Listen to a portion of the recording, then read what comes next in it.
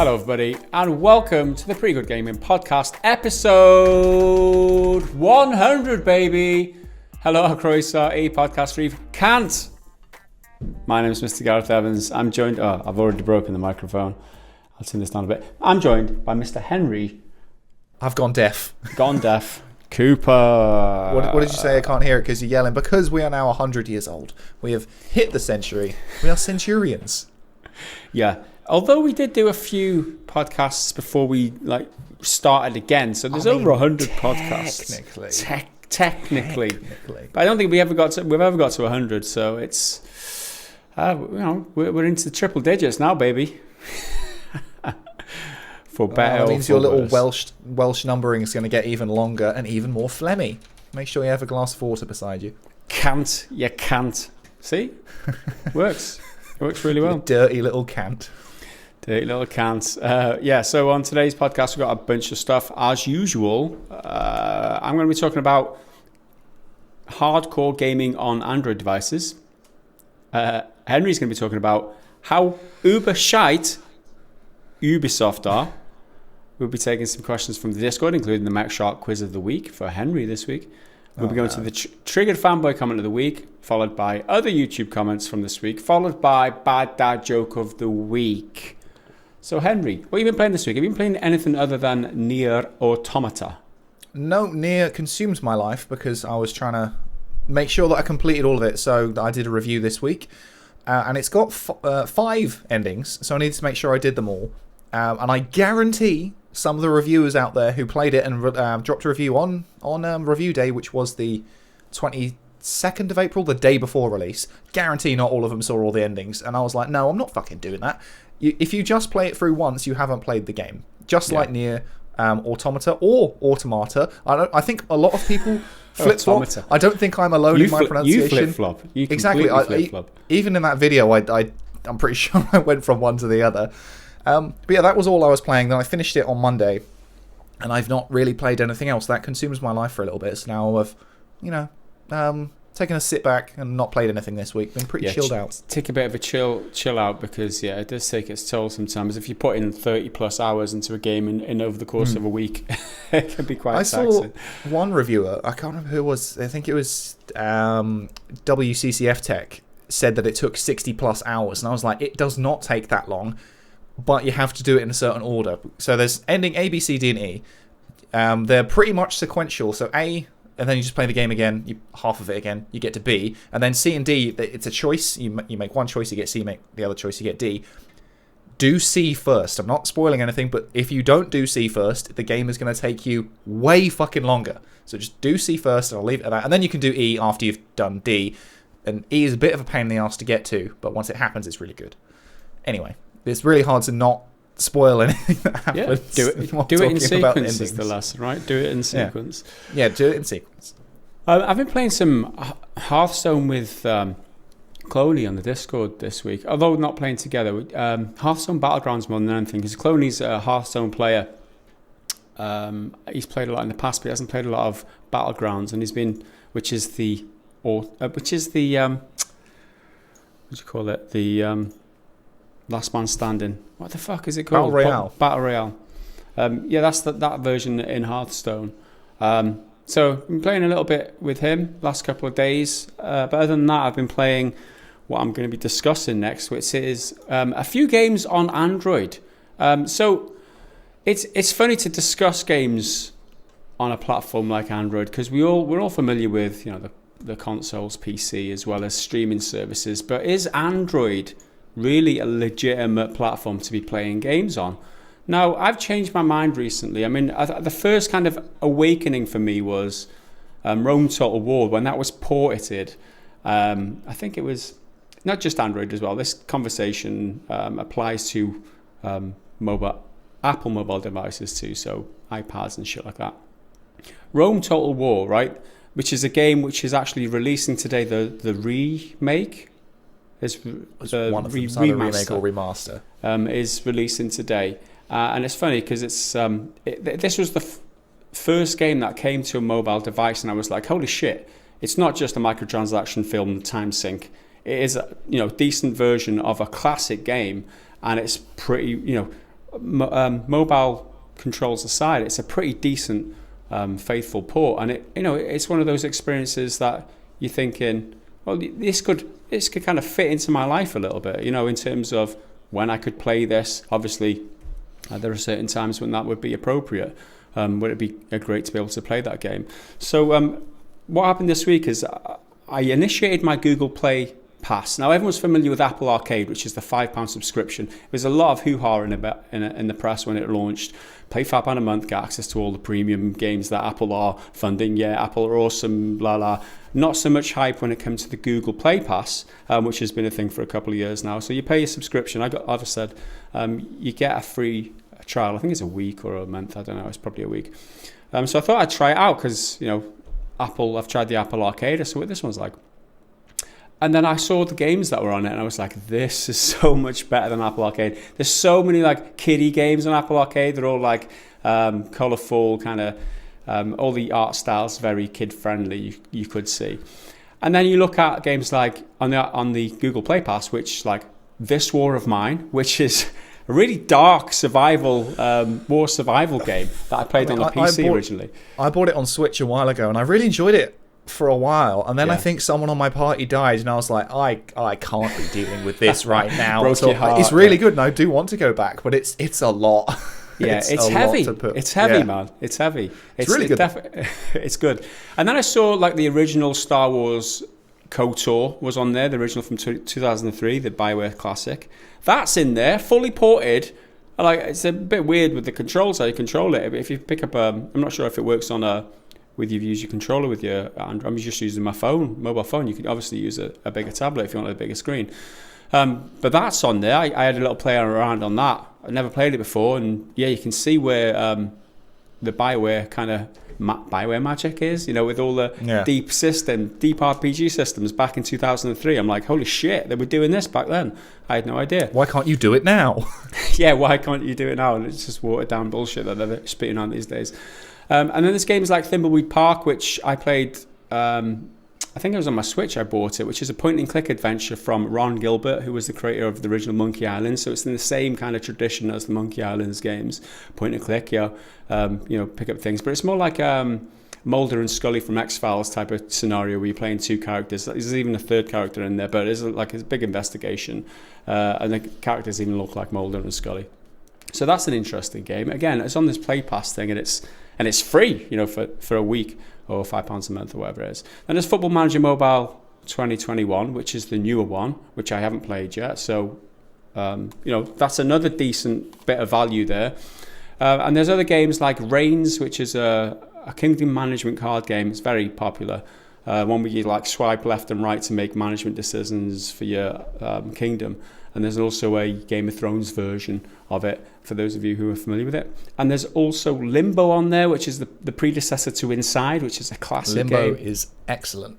Well, Inside's better, but Limbo's still really good. Yeah. So, just those games alone, the games that you could play on PC or you may have played on PC, and you're thinking, well, these games are pretty legit, you know what I mean? They're not bad games at all, and in their time, some might be a bit dated, like KOTOR or whatever. But Thimbleweed Park is only a few years old. Limbo isn't that old. So in terms of having a decent experience on a mobile, it's not out there. And then there's a couple of games that I played in depth, and I want to maybe describe to you, because these are pretty good in my estimation. There's one called Battle of Polytopia. This is like a turn-based 4X game. Think like Civilization game, essentially. It's just basically a watered-down version of Civilization. So there's no in-depth diplomacy or strategy, but the game is really compact and fast-paced. So that allows you to focus on basically just unlocking your tech tree, building the armies, expanding your borders, and growing your empire. It's a really good version of a classic formula, and I don't know, something about it just works well. For those of you who played Civilization back in the olden days, there's none of the complexity of what you'd get in Civ 6 or something like that, but at its core it is a Civ game, and you do get the same kind of feeling playing it. And there's this mode, I think it's a challenge mode or something. You get 30 turns to get your highest score, and your score is based on the amount of territory you own, the amount of achievements you've unlocked, the amount of monuments you've built, that type of thing. And it's also got a multiplayer game to it. So if that appeals to you, check it out, Battle of Polytopia. I would recommend that one. The other one was Game Dev Tycoon. I saw this, somebody posted a link to the Cynical Brits video on Game Dev Tycoon, and I thought, this is quite... Have you seen the Cynical Brit? Have you ever seen... Nope. It's such a funny YouTuber one. You got... Is it a Cynical Brit? It sounds like us. Is that not what we are? No, yeah, I mean, it's the guy who... I can't... I've probably completely... I'm thinking the wrong guy, but it's a guy who always breaks stuff, and it's the English... Is it the Cynical Brits? I'm getting confused there. I can't remember what he's called, but he's really good. Anyway, Game Dev Tycoon. I saw this on there. This is like a sim management game. You basically become a game developer, and you starts out you're in your garage in the 1980s, and you basically research the new tech and new games, new genres, and then it's a process of trial and error. Then where you learn which genres of game work well on which platforms, because it starts out with like all the older consoles, PC. There's like the Commodore Amiga on there, but there's like fake names just so they don't get like copyright infringements. And then you got like the Game Boy, and it goes all through the ages, eventually with like the PlayStation, the Xboxes and that. So you're basically developing games, reaping in your profits, and then you upgrade from your garage to like an office. You can hire some staff, train them up, get publishing deals, and then you grow an army of loyal fans who can unconditionally support you, which is cool. And then eventually, like you're at a big studio, and there's a multi-person development team working on like modern AAA games. But this is like, for a sim game, it's pretty in depth and it's pretty engaging, so it's quite cool. So yeah, check that one out again if you're into your sim. A couple of sim games there. So it just made me reflect a little bit on the Android platform, and a lot of people talking about like Google Stadia and how like streaming is the future. I think the opposite. I don't think like playing games somewhere else is the future. I think that future is like shrinking down technology and making like Androids faster. You consider the tech that's in a regular smartphone these days so much better than what I was gaming on when I was a kid. Like there's more tech in a smartphone than got like the first Apollo mission to the moon. Basically, people landed on the moon with less tech than what's in a smartphone. So it's not surprising that you can get these decent, legitimate experiences now on a mobile device that don't include just microtransaction, time sync type of gameplay where you've got to pay to unlock more features or just to speed up progress on that kind of, those kind of bullshit games that you see all the time. And I just thought that was it. Do you play a lot of games on your mobile at all, or not at all, really? And nothing interested you? I mean, the only time I ever play a mobile game, it'll be some sort of very basic type. Like I used to play Angry Birds years and years ago. Something simple like that, not anything like a real game. I hate that when people try and say mobile games aren't real games, and there is some truth in it, but I don't like that idea, because they should be. It could be. They could be a legitimate platform for dedicated games like Pokemon Go. Pokemon Go is a perfect mobile game because it uses the nature of it being a mobile game, and you can go around to its advantage. I think that's a really good example of it. Obviously, though, virtually every single mobile game is full of microtransaction bullshit, but they don't have to be. So occasionally, like you say here with these games and the ones on the Google Play Pass, that has the potential to put real games on a platform that is quite stigmatized by the lack of real games. You know what I mean? If you're a PC gamer, you might scoff at the idea of playing a game. You being a PC gamer as you are now, you can understand the appeal of using the best hardware to play the best games. There's nothing like it. However, there are times where you might you might use a mobile game to pass the time. For example, if you're on a commute, if you're on a bus or something, or you're killing time during your lunch hour at work or something, you haven't got a console available to you or whatever. Or you're just sitting there waiting for your wife to finish doing whatever the bloody hell she does. Yeah. Because we've all been there. Women just take ages to do something, and you're just like, what do I do now for the next 20 minutes while she sorts her shit out? I know, I'll have a game on my mobile. I think a lot of people who play PC or console gamers again. I hate this distinction between mobile games and non-mobile games because they should be the same, but to be fair, they're not. But the argument's like, why don't you just play it on PC? When I think that's neglectful of the reason you play on a mobile thing is you're not expecting the highest quality graphics or performance or anything like that. It's the mobile aspect that is the most exciting part. Like you say, you can do it on a train or on a bus or whatever. My big thing though is pretty much any mobile type game that I'd be interested in, I can get on my Switch anyway. Yeah. So that's got me covered for the mobile, not mobile as in literally mobile phone, but being able to move and do things and pick up and go and then put it back down for a moment. Mm-hmm. That's pretty much got all those bases covered, and it's better. Yeah, that is true. And that's the beauty of the Switch is, you know what I mean? I think I almost play exclusively in handheld with my Switch as well. So yeah, it's not the screen size that's a problem for me. It's all about the portability. So there you go. I just think it's interesting the way the lines are being blurred a little bit now. I think mobile gaming has come on a lot in the last few years, and I don't think it is what it used to be in terms of the quality of the games on the platform. You know, you're talking Apple Arcade.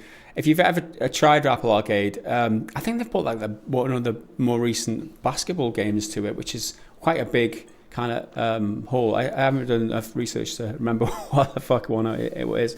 But, you know, I think in terms of the future, there's more likely that you'll be gaming in handheld than you will be streaming in future, because there's just technical issues inherent in streaming that you just won't overcome. Latency is a thing, and you can never solve that problem. Yeah. Whereas you can minimize technology, like graphics capabilities of today will one day be available in mobile. You know, they'll shrink it all down like they have been doing over the last X amount of years, forever in technology. Everything always shrinks. So you think about the gaming PC I used to play games on. This thing in my hand right here is better than that. So why shouldn't I? Why I loved the games back in the day. Why am I not? Why is it illegitimate? Why is it laughable to be able to enjoy an experience on a mobile phone like this? It's not. Like I think that I think the more time goes on, the more that'll be. I don't know. I'm trying to, in my head, I'm envisioning people like scoffing at me playing or talking about mobile games. Yeah, we're a serious gaming channel to a point, but let's not be. Oh, we fuck.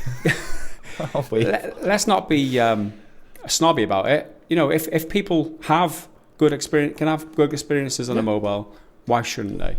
They don't I definitely have to be microtransaction, gacha, gambling, Candy Crush bullshit.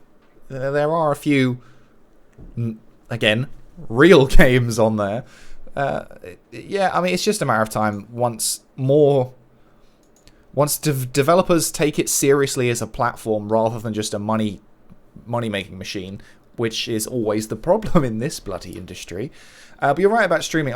Streaming will get there one day, but it's not there yet. Like, it's a cool idea that you can be able to stream from wherever you are, but the internet infrastructure of the world's just not good enough yet. And Stadia is like 5 minutes away from being shut down at all times because they still haven't fulfilled a bunch of their promises. I think there's at least one commenter though who occasionally pops up on the channel and he's like, streaming is the future, this is the way of the world, we are going to get there, fuck you PC bitches and console fanboys, streaming's where it's at. And I'm like, honey, I'm happy you're enjoying it, but let's just be real here. Who's having the better experience?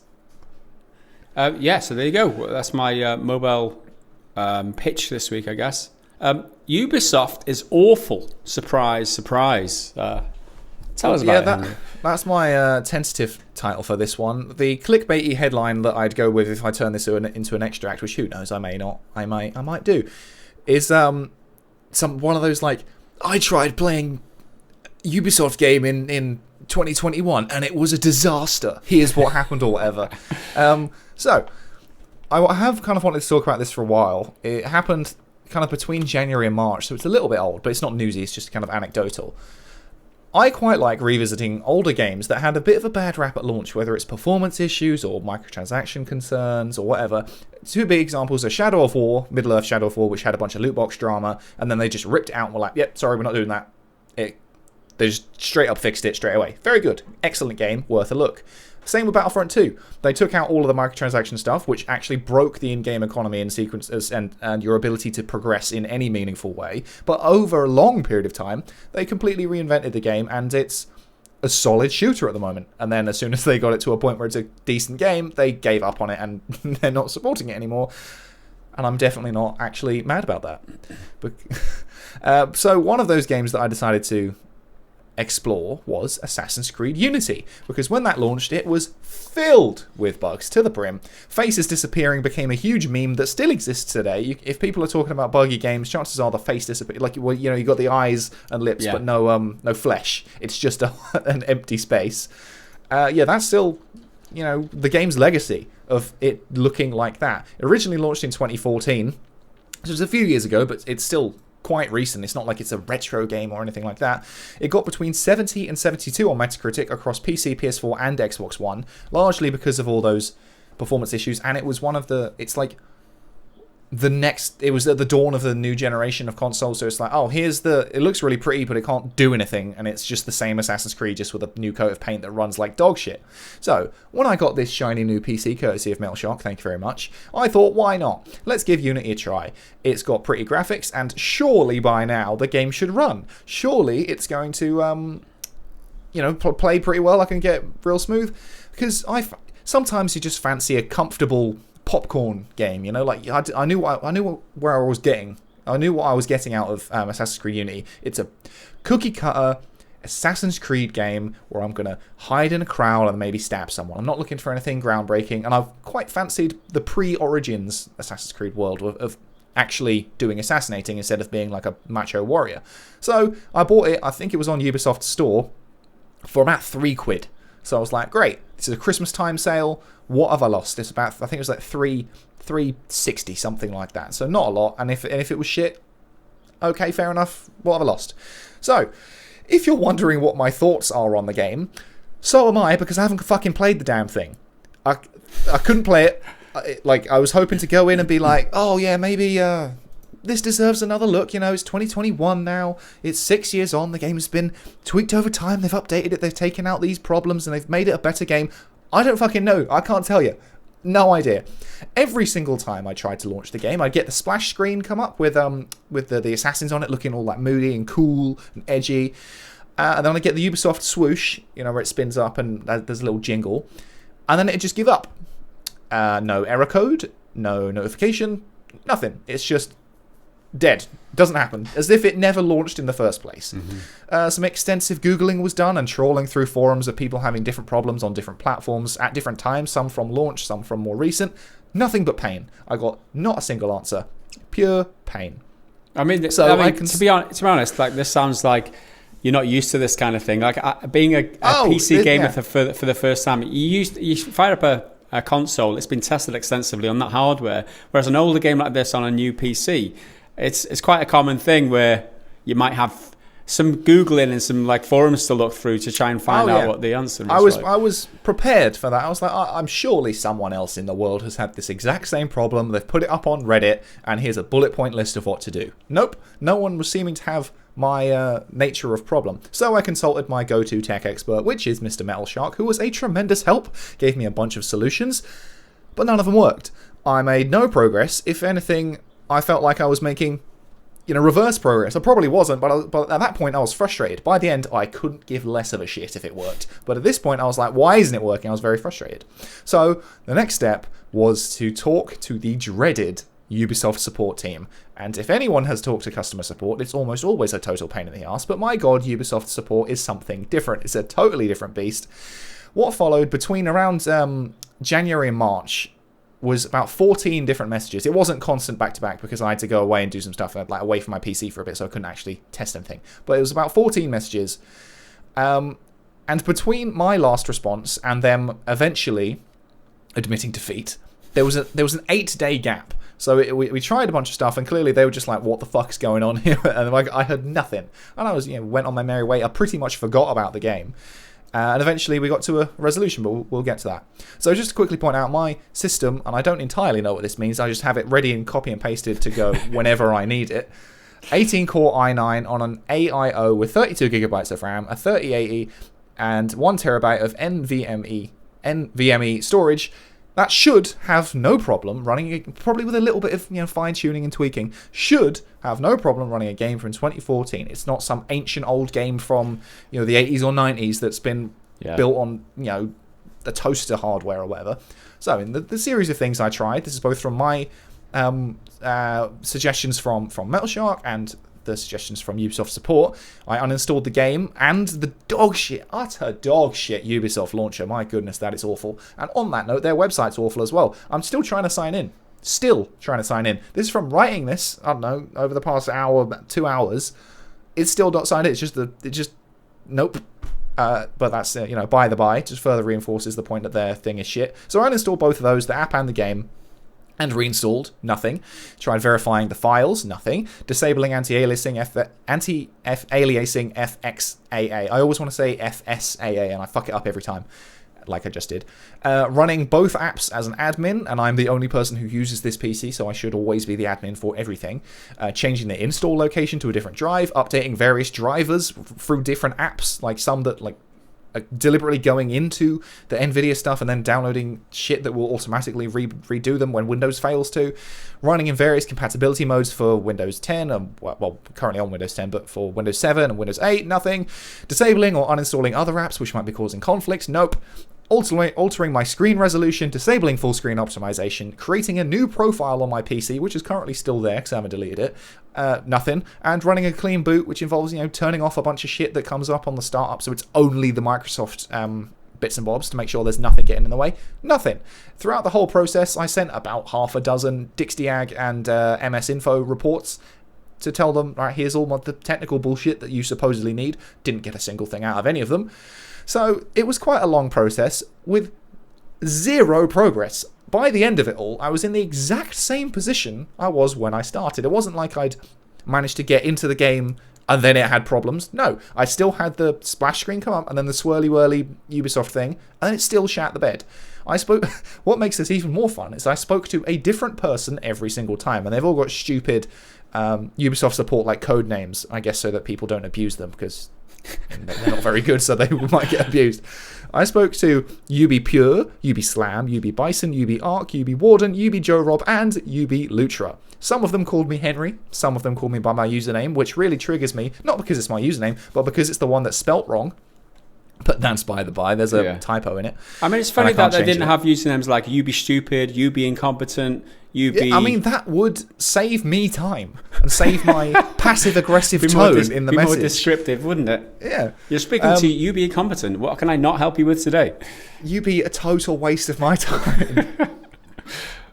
So, after a while, it got to the point where I had no interest in playing the game anymore. It's Assassin's Creed. Like I said, it's cookie cutter. I knew what I was going to get out of it. It's not like I'm super excited about it. I'm not going to be blown away by it.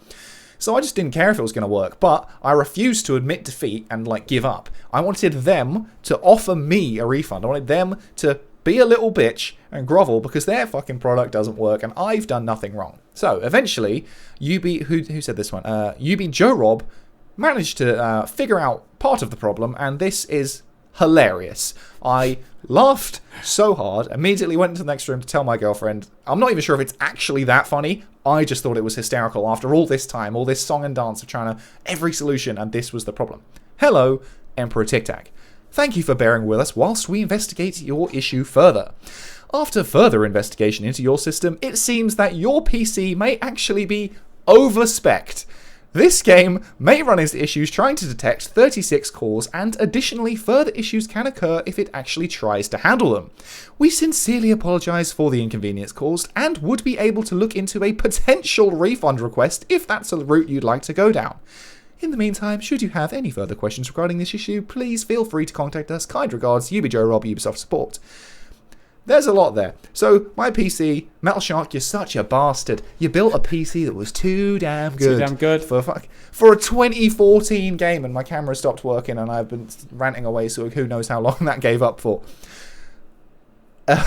Yeah, for a 2014 game, it's not old. It shouldn't have that many problems. Yeah, a bit of fine-tuning, a bit of tweaking here and there. Absolutely fine, but straight up to not work. And then to have the... we apologise for the inconvenience, and if you would like a potential refund request, we can do it. What the fuck what else am I going to do? Sit here with this game installed on my system that I paid £3 for to not ever play? The way they've termed that, we would be able to look further into a potential refund request. It's like there's three conditions there. We would be able, like we're sometimes not able, but we are able, and we could look further. We don't have to look so far, but we're not looking right now. Further. We look a little bit more. Yeah, exactly. And it's potentially a refund request. Not a refund request. That'd be stupid. It's a potential refund request. They're so non-committal. They've put like three different conditions there. Funny. I mean, to be fair, this Ubi support person probably doesn't have the authority just to issue refunds willy-nilly. I understand that, but it's still such a bullshit fucking answer, and it cracked me right up. So obviously, what did I actually send back? It was quite a simple message. It was quite passive-aggressive, but it was to the point. So I said, "Hi, since the game doesn't work and you're not going to update it to make it compatible, I would like a refund. Please, regards, Henry." Quite simple, to the point. I'm not angry, but if you're not going to fucking make the game work, then yes, I want a refund. You be dumb. So then, I think this is Ubi-Lutra comes back. And this one really tickled me. They had the audacity to come at me with this. "Hello, Henry." Back to my personal name, not my username. "Thank you for waiting as we investigated your request to your refund purchase of Assassin's Creed Unity. Please bear in mind that orders are normally only eligible for refunds if that refund is requested within 14 days of purchase. In this case, however, I have been able to make a one-time only exception to our normal refund policy and provide you with a refund for your Assassin's Creed Unity order number blah blah blah. You can expect funds to reach your account in the next 5 to 7 days. The 3 units you earned from this transaction have also been revoked. If you have any other questions, we can help you with. You can have your money back, but you're not keeping You're not keeping the units. Oh my god! The fact that so it took this long. Wow. Like I said, this is between January and March, so it's a reasonable length of time, well over the 14 days, and it's their fault.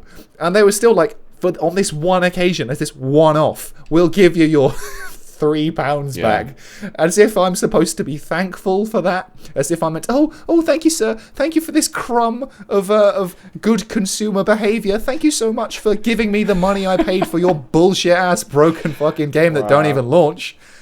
And I mean, I'm sure the game is actually quite playable now if you can play it. I mean, I've found this whole endeavor so fucking funny because I literally just stopped giving a shit after a couple of weeks. I was like, I'm not going to play it. That's fine. If I want to play it again, if I desperately want to, I can always get it on my PS4, get it for second hand or something. And then, or what if I ever want to play it? But who knows? But I've made zero progress, only for them to tell me my PC's too good and we'll bend the rules this once. Under duress, we'll do it. Not that we want to, but on this one occasion, because our game is shit, we'll give it you. I think that's just so laughable, isn't it? It's the we're bending over backwards to do you a favour, even though we screwed you in the first place. Exactly. I mean, all in all, I had a great time playing with Ubisoft, and I probably had more fun than I was playing the actual game. And now we're talking about now I'm having a great time. But yeah, that was my experience trying to play Assassin's Creed Unity in 2021. If anybody has played Assassin's Creed Unity in 2021, please tell me if it was any good, because I have no bloody idea. I tried for a couple of months to no avail, and Ubisoft are still really, really shit. Their customer service is AIDS. Not only do the games not work, the customer services leave a lot to be desired as well. To be honest, the thing is, they just straight up didn't listen half the time. They were like, "Try this." I tried that. I told you that in the very first message I sent. "Hello, this is my problem, this is my specs, this is what I've tried. And they were like, have you tried doing everything you've just listed? I'm like, Did you try booting up in windowed mode though, Henry? Yes, I tried everything. I tried disabling fucking every app on my thing, so it's like the PC barely even launched, and then I'm trying to do just Assassin's Creed Unity, no Google, no, God forbid, any Spotify, because that'd drive the game insane. Probably would have worked on a mobile. I'm just saying. It probably fucking would have. It probably would have. I'll get it on my phone, and I'll have a fabulous time. Yeah. But all these Ubi people, Ubi Pure, Ubi Slam, Ubi Bison, Ubi Arc, Ubi Warden, Ubi Joe Rob, and Ubi Lucha, you didn't help. Thank you for your support, but you be useless. You be a waste of my fucking time. There you go. So a scathing review there of Ubi support as well. You know, who knows if the game's good? It might be good. In place of the review of the game, obviously. But there you have it. If anybody else has any funny stories to do with support in the game's sphere, let us know, and we'll move on. I sort of knew this was going to happen. I knew that Ubisoft support would do virtually nothing for me. There's certainly nothing that like an actual tech expert like Metal Shark could ever do. There's nothing that these people could give me that he couldn't, and I was proven right. There you have it. So let's move on to the community portion of this podcast. And I just remembered I've forgotten to collate all the names of the new and improved pledges this week. And I apologise, I will do that next week. But if you do want to support the channel and help us pay our bills, head over to patreon.com/prettygoodgaming and sign up for as little as $1 a month. You can get early access to the podcast, ask us questions for the podcast, as well as you get access to the Patreon-only section on the Discord channel.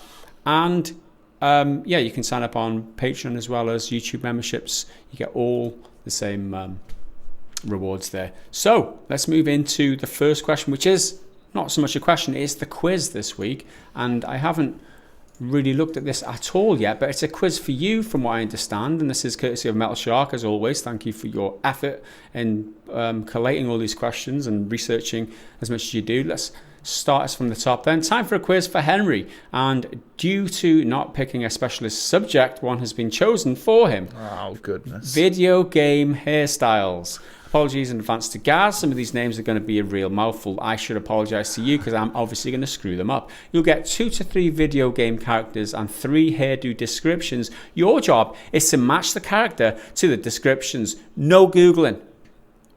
Right? What the fuck? It doesn't say no Googling, but no hands above in-cam review at all times, please. All right. They'll be up here holding my face in despair. Are we ready? Round 1. The characters you have to choose from are: number 1, Milia Rage from Guilty Gear. Number 2, Cloud Strife from the original Final Fantasy VII.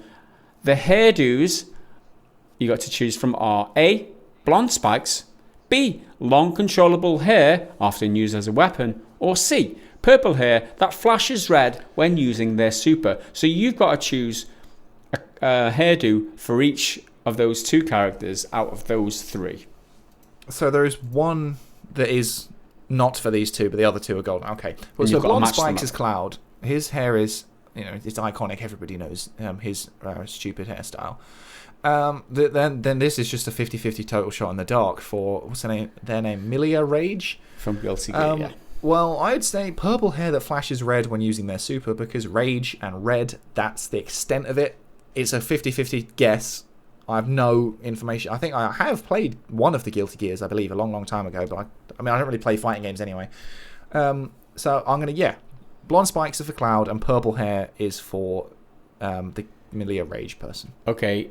The Cloud Blonde Spikes is correct. You get a point for that. The Milia Rage from Guilty Gear's hairdo is B, long controllable hair often used as a weapon, which was wrong. Well. You said C. So unlucky. That was round 1. Although there was 2 questions there, you got 1 from 2 so far. Let's move on to round 2. The characters to choose from this time are June Lean Milliam from Star Gladiator, Bayonetta from Bayonetta, and Agent J from Elite Beat Agents. And the hairdos you have to match up with these three characters are as follows. A. Cinnamon roll hairdo. B. Slug-like pigtails. Or C. Never cuts their hair. I mean, I know who Bayonetta is. I don't have any idea What who is the other the ones hairdo? are.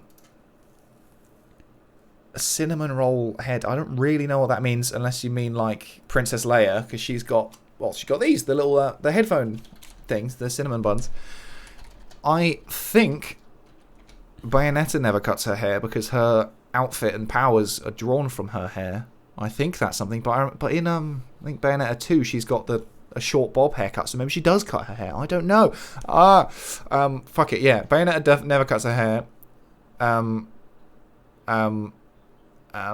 Slug eye like pigtails. I don't really know what that means. Well, slug eyes, they're up, aren't they? With little, so the pigtails go up and then down. I guess maybe that's the name of the literal style, but I'm picturing something quite disgusting. Right, pigtails for June Lean Milliam from Star Gladiator, and the cinnamon roll hairdo for Agent J from Elite Beats Agents. Right, for so no other reason than it's a total guess. Okay, Bayonetta from Bayonetta, you said never cuts the hair. That is correct. Well yes. done. At least I got the characters I know correct, like Cloud and Bayonetta. Next up, June Milliams from Star Gladiator, you said slug eye like pigtails is correct. Which means that Agent J from Elite Beast Agents does have a cinnamon roll hairdo, and you were right. Basically, the slug antennae was that hairdo, and the cinnamon roll was the hairdo from Princess Leia. Okay, Fabulous. 3 correct from there. Add to your 1 from earlier. That's 4 from a possible 5. Let's move on to round 3, and the characters we're playing with now are as follows.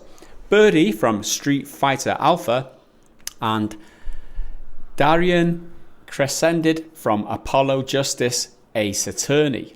The hairdos you have to choose from are A. Hair/beard combo with a nest in. B. Shark fin mohawk. Or C. Bullet bin in hairdo form. I don't know who any of these characters are. So this is going to be so difficult. It's impossible. Right, Ace Attorney. It's a game about lawyers. And I'm pretty sure the main character in Ace Attorney doesn't have any of these hairdos. So that's no help.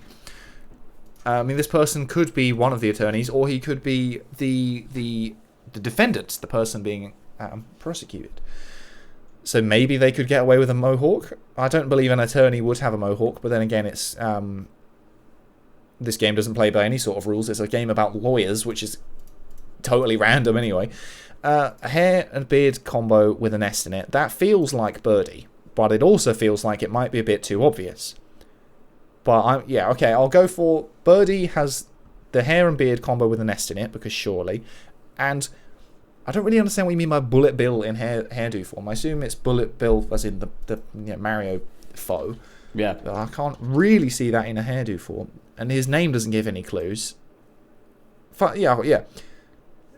Birdie has a hair and beard with a nest, and let's go for the mohawk with the Ace Attorney chap. Why not? Okay, I'm going to first start with the Darian Crescended from Apollo Justice. You said the mohawk, and the answer is Bullet Bill in hairdo form. Right, I need to Google what this fella looks like. What's his name? Darian Crescended. It looks like a huge phallic-shaped object coming out the top of his head, essentially.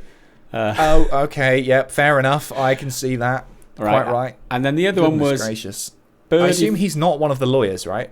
Surely he's on trial. Yeah, maybe. I don't know. Maybe looks like he probably isn't a lawyer.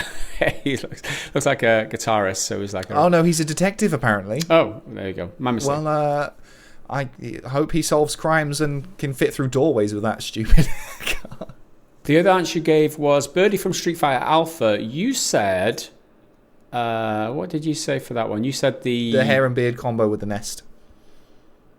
Yeah, the answer is shark fin mohawk, so you got that wrong too. It was too obvious.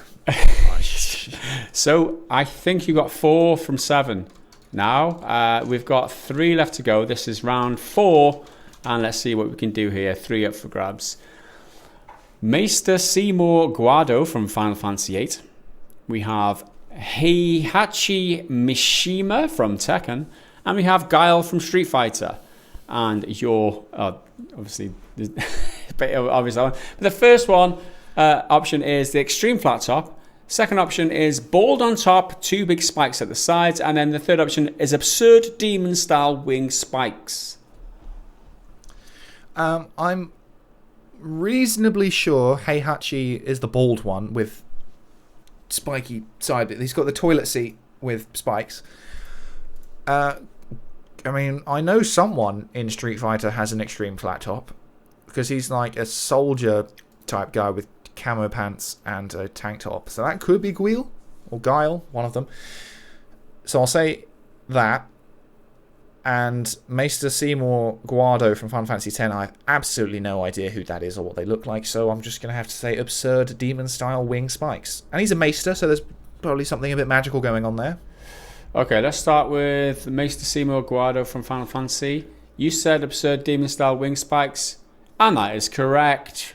Well done. Yes. Heihachi Mishima from Tekken. You said bald on top, 2 big spikes at the sides, and that is correct. Which means that the final answer, Guile from Street Fighter, is obviously the flat top. If you've ever played Street Fighter, you would know that. But that is absolutely correct. I'm thinking of. So that's 7 correct answers from 10. I must say that was more difficult than it looked. Although you did have multiple choice, it was difficult. Right, out of everyone listed, I know and am familiar with one character. I am aware of one other, well, perhaps 2 others, like Bayonetta and Heihachi. But the only character I actually know well is Cloud. So I'm very impressed with how well I did. Most of them I hadn't even heard of. So your final score there is 7 out of 10. Well done, Henry. Congratulations. And again, thank you to Mr. Metal Shark for going to the effort of putting together all those questions. We really appreciate it. Let's move on to the other questions from the Discord. And Henry, you're up. Okay, this is from Cloney99 to rephrase and clarify. Oh, no, it's not. I straight up read with the wrong order. So you can wait, Cloney. I'll come back to you. Simply Phil. At Gaz and Henry, what game would you hate to see a remake of? Not because you dislike the original, but because you love it.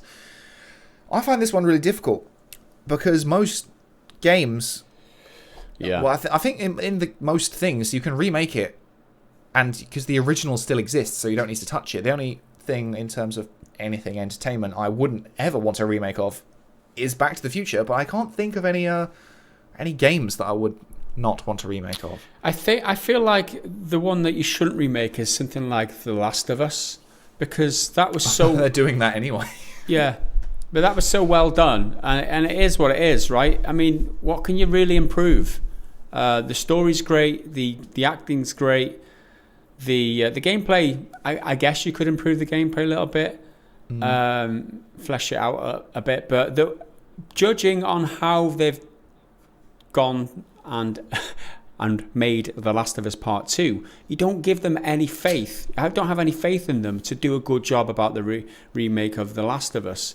So I feel like it's one of those things where, like The Last of Us was... we'll talk about this in a bit too, because there's another Last of Us question. Yeah. But yeah, I feel like you just leave that well alone. Yeah, I don't really have any answer. I mean, it's a difficult one, isn't it? Old school games that I remember really liking. I mean, old, like... Not, like, older than Last of Us, so to speak. I like PS1 era, and that... A lot of them have been remade now. And the only remaining one of that sort of big PS1 game is Metal Gear, and I want that. I do want that. Well, that's the thing. Like the more that time goes on, the more technology in games like advances, the more better systems get fleshed out. The engines that they use to create games, they're improved. Graphics are improved. Yeah. So generally, if you remake a game, you're going to get a better product at the end of it. So asking for a game not to get a remake, not to have that better technology applied to the original game, that is a bit... I don't know why. The only reason why you wouldn't want a remake is because you think they'd fuck it up, right? And which is why Yeah.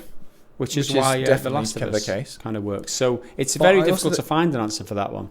Yeah, if a remake does come out and it's shit, you can still play the original, because the original's never going to get worse. That's true. So remake them all. Give it a go. What can go wrong? Do it well. What can go wrong? I'm sure they can find something to go wrong. Thanks for the question, Simply Phil. Let's move on to Cloney's aforementioned question. And his question is as follows.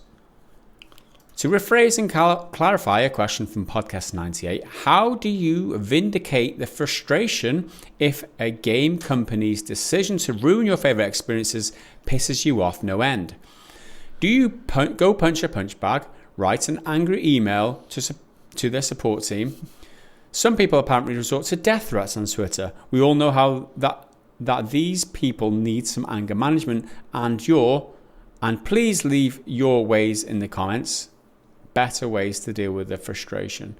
So, they fuck something up. How do you let them know? How do you vent that? Well, I mean, complaining on things like Twitter or Reddit and their own forums is always a good way, but I think a lot of it, people are remarkably inarticulate on Twitter. You may or may not have noticed, but I think a lot of people just dissolve into their messages, whether or not they mean to, sounding like screaming. And it's just, rah, rah, I'm angry about something, which is comparatively very minor to some people, but I think it's really a big deal. So I think you need to calmly make your point, and civilly, even if they've done something really heinous, because if you get really mad at them, especially if you're doing something insane like doing a death threat, you just give them more ammunition.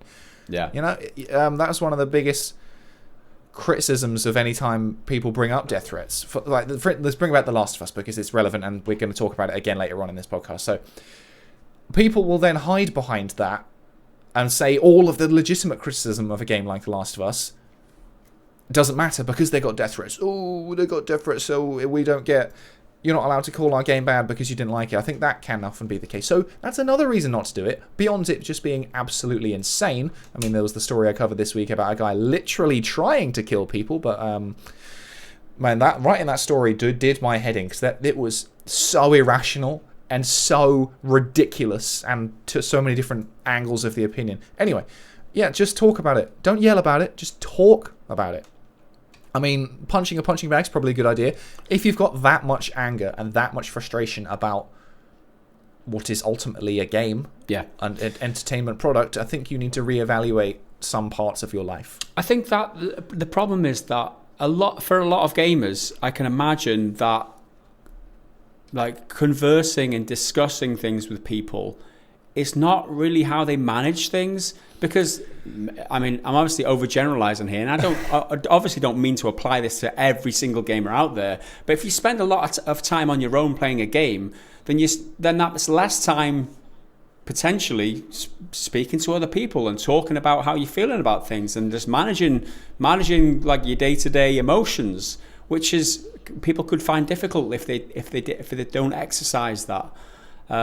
So I think that like venting is I think personally it's such a destructive way of dealing with your emotions anyway. I think that there are much better ways to deal with. Try meditating. Try mindfulness meditation or something. Breathe. Just breathe. Think about the breath. Take a deep breath. Go kill yourself. Yeah. You ruined the game. You know, that sort of stuff. I mean, it's a management technique. You know what I mean? You're managing your emotions here, and you can't do anything about the outside world, really. I mean, we talked about social mobilization in a couple of podcasts ago, where people get together and make change in the world and make their voices heard. But outside of that, I mean, you just have to sometimes manage your own frustrations and your emotions. And finding a coping mechanism is something that some things might work for some people. Some people punch a punch bag. If that works for you, that's fine. For me, I don't know. I just do some breathing. Talk to a real person as well if you can. Talk. Like problem shared is a problem halved. Yeah. And if you feel compelled to write an angry email, write it out. Then save it as a draft. Sit on it for like a day and come back. And if you still feel that way, then go ahead and send it. There you go. Obviously, don't fucking send death threats, you dipshit. No. I know some idiot's going to be like, oh, I can send death. No. Well, probably not to this channel. I think you people are, rational, sensible human beings. Yeah. More than most, that's for sure. Certainly. Thanks for Right, the question, Glowing. Now for the real can of worms. Tommy T333. Thoughts on a proposed Last of Us 3 storyline I saw on Twitter. So the news around this is that it's not much news. It's just that Neil Druckmann has outlined the storyline for whatever The Last of Us 3 may or may not be. Even in discussions about it, he even said this may not even happen, but if it does, this is, the outline of it. Which he didn't disclose. So he's created an outline, but he hasn't shared what the outline is, just for clarity, so that people don't think, oh, what was the outline? No, he's just said, I've kind of made an outline, not going to tell you what it is, though. Yeah. Okay, so this one, idiot suggestion. Bill, who you may remember from the first game, is out for revenge due to Ellie stealing his porn collection in the first game. It has potential. Now, revenge. There is one fatal flaw in this, Tommy. You think Bill had all of his porn taken by Ellie? She took one magazine. That guy, he's got stacks of it. He's got plenty. Ellie even says, I'm pretty sure, I didn't think he would miss it because he's got loads. So I don't know if he's going to be, that motivated to hunt her down and kill her across the country and taking years to track her down. But maybe that was his favourite magazine. Yeah. It had some of his favourite scenes in. I think there's fatal. I don't see Bill as that kind of guy. He just wants to live in peace. Is he still alive? By himself with all of his porn. Maybe he lives alone in that off town. To death. Who knows? Wanking in everyone's kitchens. I've had a few thoughts about the Last of Us 2. I think the main problem, we all know that the story we don't like the story, but it just centers around revenge, right? I think that was the issue. Like, as soon as you decide that revenge is the theme, you decide that somebody has to die, something has to be generated, and then, what happens. I think that they could have written it so much better. It didn't have to be. Like, think of the themes of the first game. The first game was about the journey, right? The Joel's inner journey and the outer journey of getting to try and save the human race, right? There's two separate. There's a personal theme and there's an external theme there, and the two you can identify with both of them. When it comes to this revenge nonsense, it's like the whole thing was about revenge, inside and outside, and it didn't really strike the same cause. It didn't really. It could have been anyone. There was nothing that. I mean, I like The Last of Us 2 on balance. I have a lot of problems with it, but on balance, I think it is a good game. Most of my problems with it are narratively. It could have been anybody. It didn't have to be Joel and Ellie and Abby. Anybody could have done this, and in a way, you could argue that's the point because there's all these lives. They're so disposable. You just kill them left and right in a video game, and everyone's got parents and family and stuff. But I feel like it would have. Knowing that Last of Us 2 was happening, as soon as I'd finished 1, because I got to 1 a little bit late because I played it on PS4, then knowing that Last of Us 2 was happening, I was like, I'd rather this was different people. If you keep it, Last of Us 1 is Ellie and Joel, then do number 2 is different people, then number 3 is different people, that would be a really, I think, more interesting way to do it. Just keep their storylines as they are, and the same with such a open to interpretation ending like The Last of Us 1's is. Yeah. As soon as you do a sequel, you immediately pigeonhole yourself into one way of doing things, which is, I think, in some ways to the detriment of the original. Because now you know what happens, and it kind of removes that mystique. Yeah, absolutely. And I think the kind of the cherry on top of the pile of shit, which was Last of Us 2, in my opinion, was the very end, right? It's like you go through the whole game killing every Tom, Dick, and fucking Harry. You don't care about these people. You kill everyone for no reason, no better reason than they're in your way. Everyone dies. And it comes to Abby, the person who's killed the person who's most close to you in the whole world, and you decide to spare her because of some notion of... because of a flash... It's so contrived. It's so contrived. So nonsense and bollocks. And I think that's where... What's the term where you're killing everyone, but and they don't matter? There's a term for it. Ludonarrative dissonance. That's it, and that's why so many people don't connect with the ending of this game because you've spent so much time, 20 plus hours, killing every Tom, Dick, and Harry for no reason whatsoever. And you didn't care about their backstory. And it comes, yeah, exactly. And it comes to doing the one thing that the whole game has been leading up to, and you don't go through with that. Just another single kill. And we learn Abby's backstory. Ellie doesn't. Ellie doesn't know who she is. We see the bit with the zebra, which is it's really sweet. Yeah, that's the whole point. They try very, very hard to endear you to Abby. I had a thought as well. Like, imagine the game had been structured different. So you start off as Abby. You don't know anything that happened to Ellie. Yeah. You don't know anything that happened to Joel. You just start off as Abby, and you're playing through the game, and all you know your dad died. You don't know it was Joel or whatever, and then you get connected with this character. You get connected with their friends, and you're invested in this character. And then lo and behold, it turns out you find out it was Joel. And then you become conflicted, and then you go on that journey with Abby rather than just being thrown in at the deep end halfway through the game. And I don't know, it could have been done so much better. Ways yeah. Anyway, we seem to end up bringing up The Last of Us all the time, and I hate talking about it because then everyone goes mad in the comments about SJWs or not SJWs. That's not the problem. I think the problem was the storytelling. I think the storytelling was shite, and I think everyone holds up Neil Druckmann. Oh, it's a great because he caught lightning in the battle in Last of Us Part 1. I honestly believe that it was just luck more than anything. It was a lining of the stars, and everything fell into place. And then when it comes to Last of Us 2, to make such a bad job of it just shows, narratively, I mean, not the game. The game itself mechanically stands up. It's great. That's what I mean by as a game, it's very simple, but it's still a well-made game. It's fine. The first one was fine, but the story elevated it, whereas the story in this one, it's just not there. It's just not there. I think it's bad. And the talk of there's a TV show and there's a movie and stuff now or whatever. The movie was ditched or something because I read this recently that because there was too much action in it or something. Neil Druckmann didn't approve. Like, what does he know about writing movies? What does he know about writing movies? Yeah. Like, there's a way to a movie has to hit certain emotional beats. It has to. It goes. There's a structure. There's a plot method to write a movie. What does he know? And he's there saying it's going to be no good. I could rant forever. Did it not have a right angle turn out of nowhere and completely kill the pacing and set back all of your progression, only to spend fucking half the game getting back to it? Yeah, obviously didn't. So they ditched that. But there you go. The TV show is to be looked forward to or not. We'll see how that goes. Pedro Pascal, right?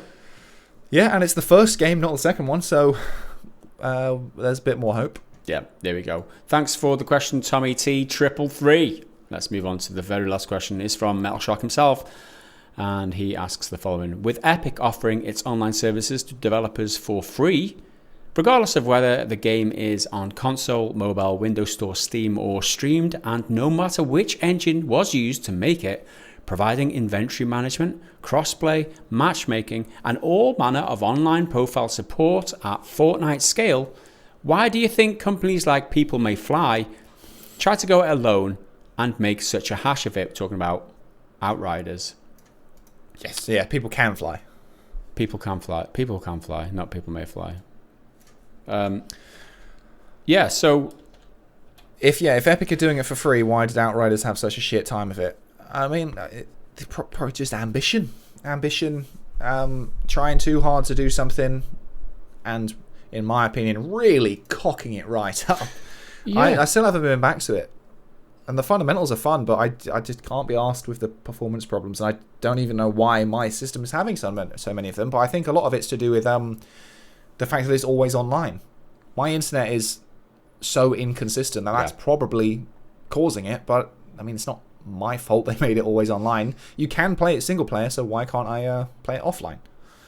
Good question. Metal Shark finishes off, I forgot to read this bit. As an industry outsider, it seems like cutting your nose off to spite your face levels of not invented here syndrome, which basically means if it didn't make it yourself, you're not interested.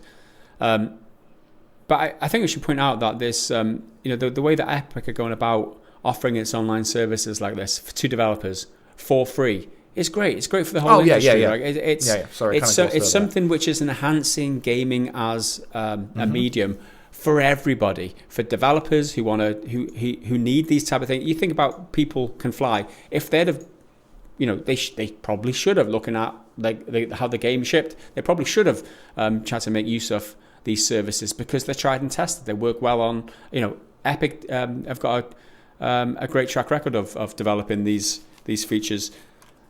Why not use that? I think a mid-sized developer like People Can Fly trying to build a huge back-end networking part of your game like that and failing just goes to show that you should maybe decide where your strengths and weaknesses are and maybe try and use the things that are available to you, like Epic's online services, which are free, by the way. So I don't know, maybe it's a lesson learned in terms of People Can Fly and other developers, but one thing's for sure is that we should, people give Epic a lot of stick for the Epic Game Store. It's not Steam. It's China spying on you. Whatever criticism you've got, I'm obviously not doing them a great deal of justice there. Feel free to flame me in the comments. That's what I'm here for. I'm here as a punching bag. But at the same time, they're doing some good stuff, man. They're doing some good stuff. Yeah, I mean, you've pretty much covered all bases there. It's a good move from Epic. And there you have it. That's the end of the questions this week. Let's move on to the next segment, which is the Triggered Fanboy Comments of the Week. Right, Henry, this was on the Days Gone writer blames gamers for lack of sequel. Is he right? Conversation from last week's podcast, which was put in an extract and released to the main channel last week. And this is a comment from Daniel Carapa. He's talking Carapa, am I right? Anyway, he says, "Come on, guys. What is this bullshittery? That was a candid conversation during a 4-hour hour-long live stream. Sorry. It was never John Garvin's intention to, quote, put the blame on the gamers.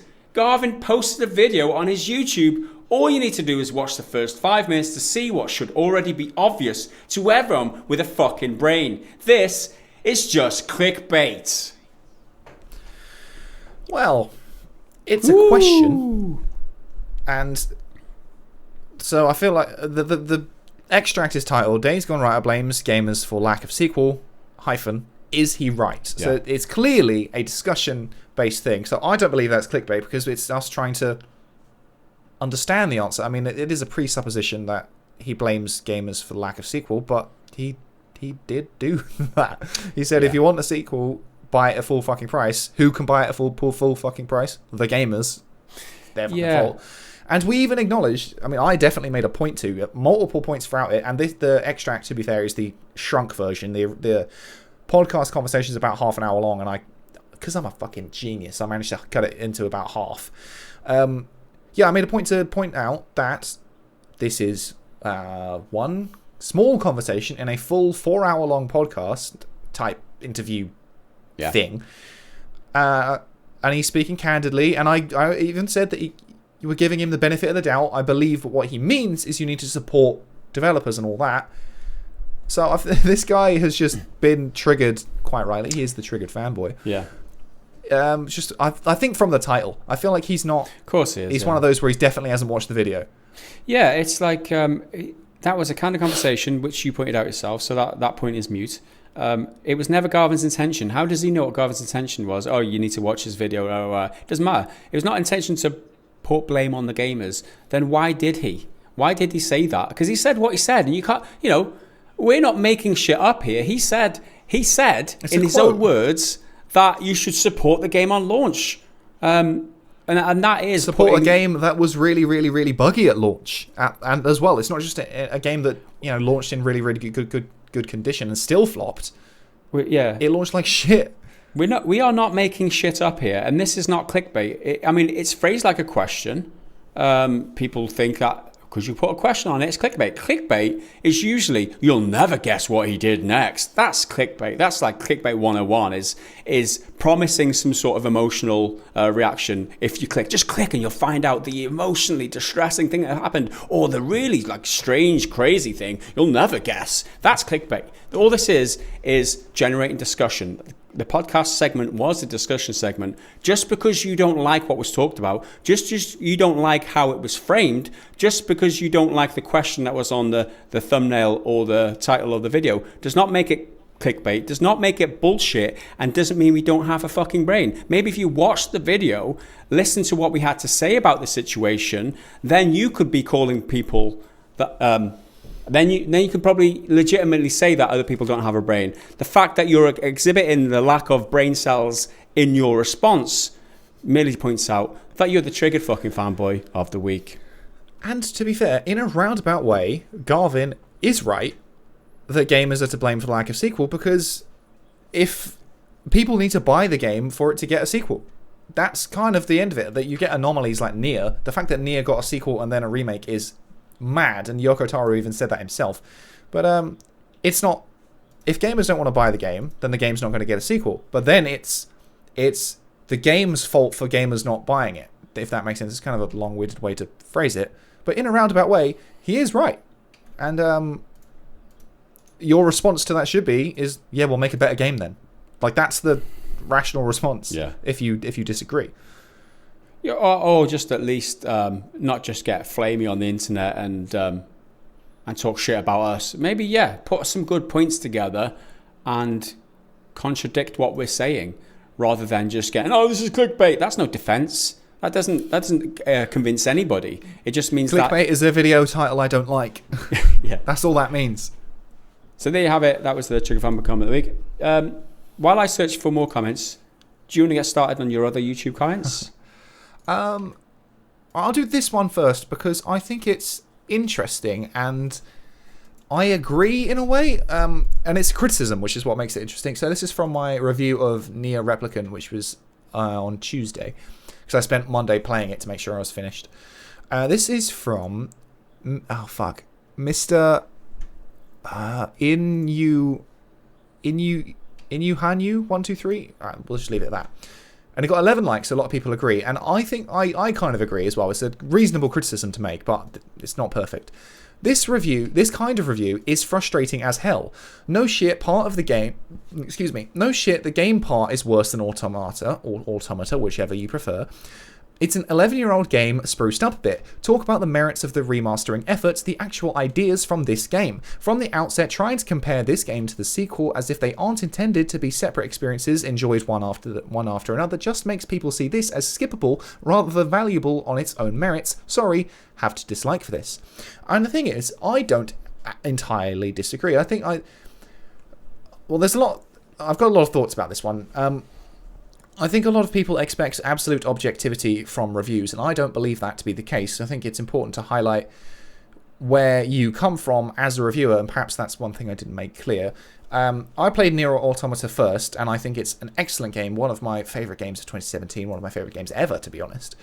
And I think it's perfectly valid to compare them as such, because this game is being marketed on the back of Automata. This game's it's not going to do well based on the strengths of the original. No one played the original. It shouldn't have got a sequel by any logical terms, but somehow Yoko Taro was allowed to do it anyway with Platinum Games.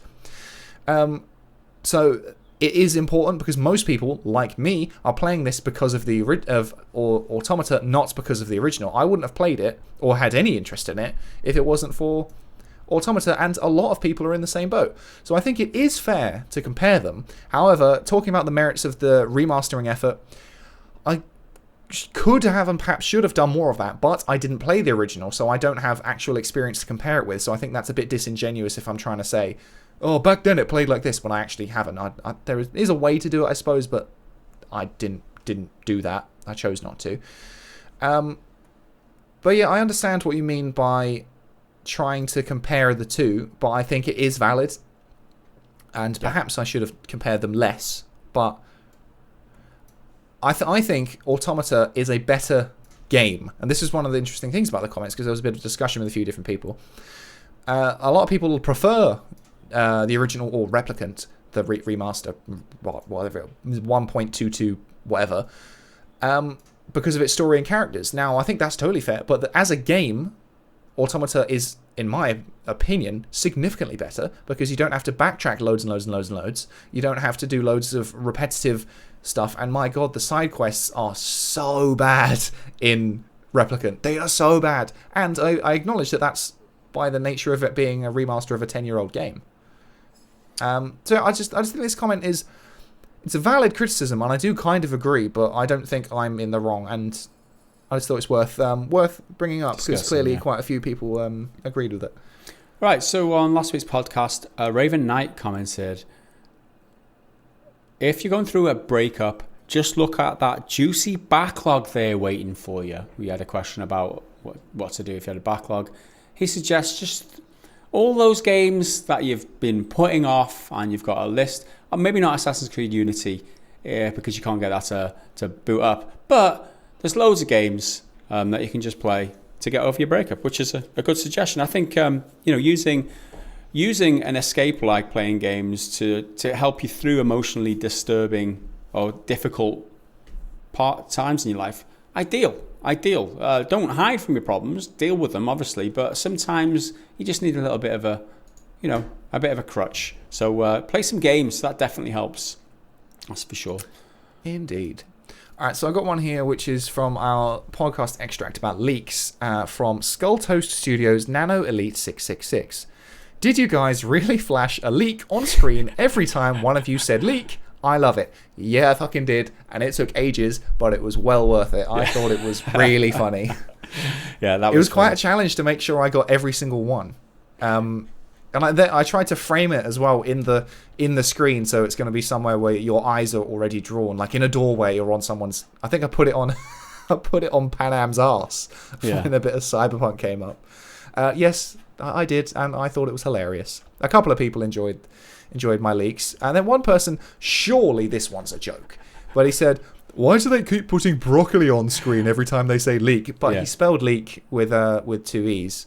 So leak. surely he's on the hook. That was bait, probably. Yeah, I saw that one and lolled a little bit. On that same video, John Doucette comments, I must say, I really loved how you guys handled covering the spoiler/leak situation with The Last of Us. Thanks for that, dude, because a lot of people have responding to that like, oh, leaks are for the gamers. Like, this day and age, like a comment from David Lee, leaks are very good and welcome this day and age. Just look at how Last of Us 2 fucked up. It wasn't, the game itself was fine. The game was fine. It wasn't the game that was the problem. It was the artistic choice of having that as a story that was the problem, right? It's like leaks are fine if the game is shit, if the game doesn't, mechanically. A Cyberpunk leak might have helped us. A Last of Us 2 story leak, I'm not so sure. I 100% disagree when it comes to story leaks like that, because it fundamentally is in the face of what it is as art, as an artistic consumption thing, not as a product. I mean, games are products and art, but for this purposes of this argument, it destroys any sort of way that the creator crafted that moment and moments to be experienced. Granted, you can have the same opinion. Like you could still hate it playing it outright. You could still hate it from seeing the leaks. That's absolutely the case. But by leaking the story, you take away people's. Well, not the people's, because people still choose it, but the choice to look at the leaks becomes a big problem. Yeah, and things are taken out of context. Things are misinterpreted, and I still say it in the extract about what the fuck was it about the leaks, about how some people still think factually incorrect things about the game based on leaks, and what people then misinterpreted and then propagated on like YouTube videos and stuff. But if it's a leak about gameplay stuff, absolutely, like you say, if it was Cyberpunk, we all would have loved to see how awful that was. But story stuff, get the fuck out of here. You're destroying any sort of artistic integrity there. On that same... you can argue that Last of Us 2 doesn't have any artistic integrity. Go ahead and argue it, but it is still art, whether you like it or not. On that same video, the one with the most likes, Remna Sanch says, I'd rather get spoiled by leaks than getting baited by a game trailer that lied to me and played with my emotions. A couple of things here, right? The game trailer lied to you. What, that Joel is alive? It didn't lie to you. It didn't explicitly say that you will get to play as Joel. It didn't say that. It maybe misled you, lied. I'd say is a bit of a strong wording there. And played with your emotions, right? Well, that's the point of a story. That's the point of a game, the point of a story, is to take you on an emotional journey, right? What kind of story would it be without an emotional journey? They took a swing with Last of Us 2. They missed. They didn't connect, right? But that's the point of it, to make you think one thing and to actually turn it around and actually be something else. That's the point of this narrative. That's the whole reason there's a narrative in there, to play with your emotions. So don't say, oh, I should know everything about the story before going in, because that would just be a shit game. You'd have spoil everything for yourself. Yeah. I don't know, I'm just having difficulty understanding why people don't get that. I think perhaps he's talking about Joel's presence in the trailer, because there's one bit in particular where the character model is swapped. They swap it with Jesse, and then there's another one where they age him differently, because in the actual game it's a flashback. So I guess there's an implication that he was going to be there for longer. But even then, it's a trait. I'm fine with switches like that, because it shows you things while actually keeping the story stuff the same. It's not I don't believe it's misleading for the actual game, like gameplay or anything like that. And another point on that, everything to do with Abby is a twist. It's a shocking moment, and if you put that in a trailer, it completely undermines it. Yeah. Like, I just can't get around people who want stories to be told. You want to be told the story and then decide if you like the story or not, and then decide whether you're going to actually experience it correctly. I don't buy any of those arguments. It's just a justification, basically, for them not liking what's happened. They're saying, and that's fine. You can not like it. Yeah, absolutely fine. But don't use bullshit reasons. At least have a proper reason. Saying that I should know what the story is before going in. You shouldn't deceive me in trailer. I don't get that line of thinking. That's kind of their job to... I'm saying this wrong. I mean, obviously it's not their job to deceive you, but at the same time, you don't want to find out what happens in the story before you buy a game. You want to find out how well the game plays, whether it's a shit show, technically, not narratively. And that's it for the... I've got any more from that video. Have you got any other questions? I've got one more comment. I mean, I could dig for more, because there's loads in the Nier Replicant review, because I think there's interesting discussions about which game is better. But I quite like this one as a one to finish on. Excuse me. Actually, I've got one more after this. This will be the second to last one, and this is from a video from yesterday, Wednesday's video. An armed man attacks the Genshin Impact studio because he's a madman. Biomechanical said, and I think we've heard from this person before, well, if Japan would stop pixelating their actual prawn, then maybe the anime wouldn't have to be so bad to pick up the slack. Wow. Because I think I pissed off more than a few people by saying I don't like anime that's overly sexualized for literally no fucking reason. Yeah. And I think it's cringy and juvenile. Well, I was really annoyed. I said this on the Discord. There was one guy who commented calling me a hypocrite by making up quotes that I just didn't say, which is my favourite thing in the world. It's like, you said this. I didn't. And as I was replying, I hit reply, and it said I couldn't send it, and it's because he deleted it. So that was quite disappointing. But yeah, if you like anime, that's absolutely fine. And I did say that in the video. I definitely did. But I'm not an anime fan. I like a couple of shows here and there, and my experience is that a lot of them go randomly sexual for no reason, and it's cringy, and it's, oh no, whoa, I've fallen over and I've landed in the boobies, oh dear. No, I don't like it. I don't think it's funny, because the joke is the same every time. I'm not fucking a 10. I want to watch something that's a bit more serious. That said, you can do sexual content.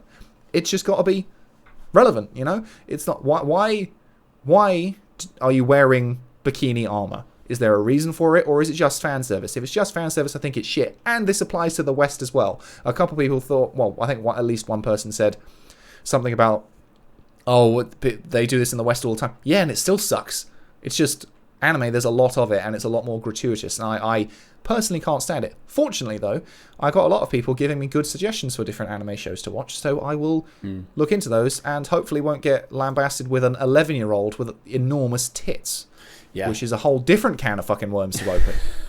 It's just to balance out your opinion. I don't care either way. I mean, I might care if about people being annoyed. I could not care less. In terms of like scantily clad females in games, I don't see the problem. I mean, I know where you're coming from in terms of some kids might play this and they might be exposed. Oh no, it's nothing to do with morality or anything. Absolutely not. I just think I'm like, What's the point? Like, it's because it sells. It's fundamentally uninteresting to me because it's sex for the sake of sex. It's not. It's just. It comes down to the concept of like fashion over function. If you see like buttons on a t-shirt or a shirt or something that don't actually function as buttons, that shit pisses me off because I'm like, what's the point?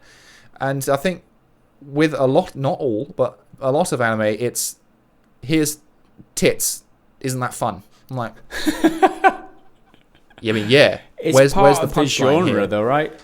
That's what I'm. No shit. That's what I'm saying. I don't like it, and I'm happy to not like it. And I think Cloney said, "Oh, it's actually part of Japanese culture because of this. They're actually very repressed." But that's not my fucking problem.